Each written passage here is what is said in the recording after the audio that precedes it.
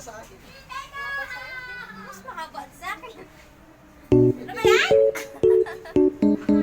Dito picture.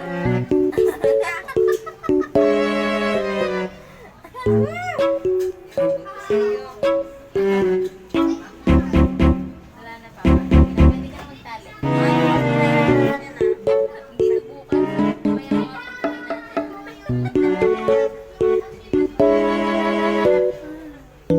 tapos nagtahi. Mga racket-racket yan. Racket-racket.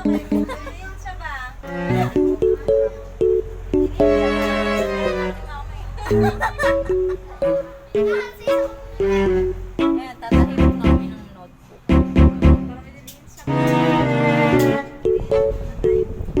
Isang box kayo, ayan.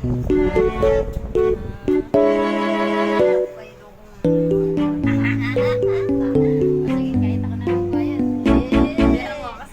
Ako, sumunin si Kwenta na yun. Ay, ano, isang box.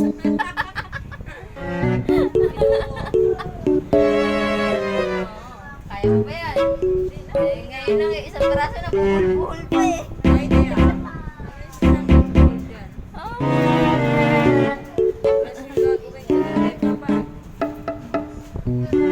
Mas ano ba ang ano mo? Isang daan eh.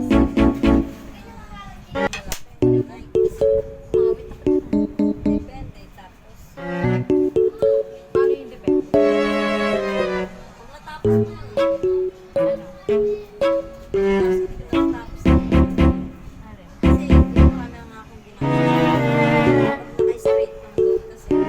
Pag ano lang, may time lang. Diretso. Stop yan sa umaga. Sa umaga, pagising ko, magluto muna kami sa mga bata. Tapos magbugas mo ng pinggan, pakainin mo ng bata. Pag-alis nila, magbugas ng pinggan. Tapos magbugas sa bata.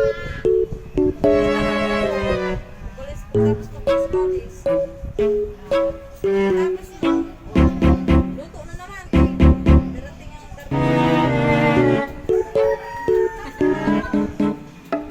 Diyan limili.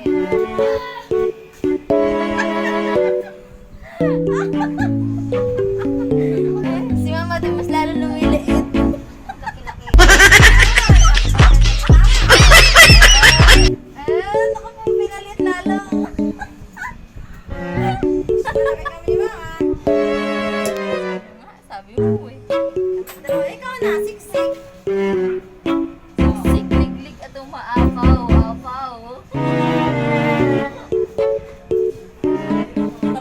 Tingnan natin si Papa. Si Papa naman yung taga-tali. Taga-tali.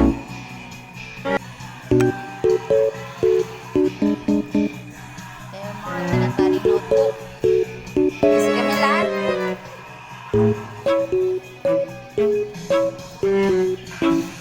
Galing maglasa ni Papa. Wow. Bakit na Papa? Yung paglasa.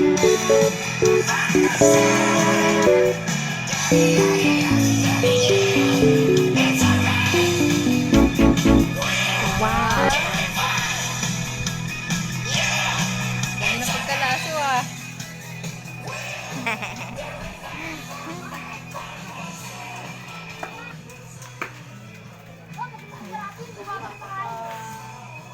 Ayan. Mukha namin ka dyan ha. Dalawa lang nagawa mo eh. Dalawa lang ba? Hindi ah.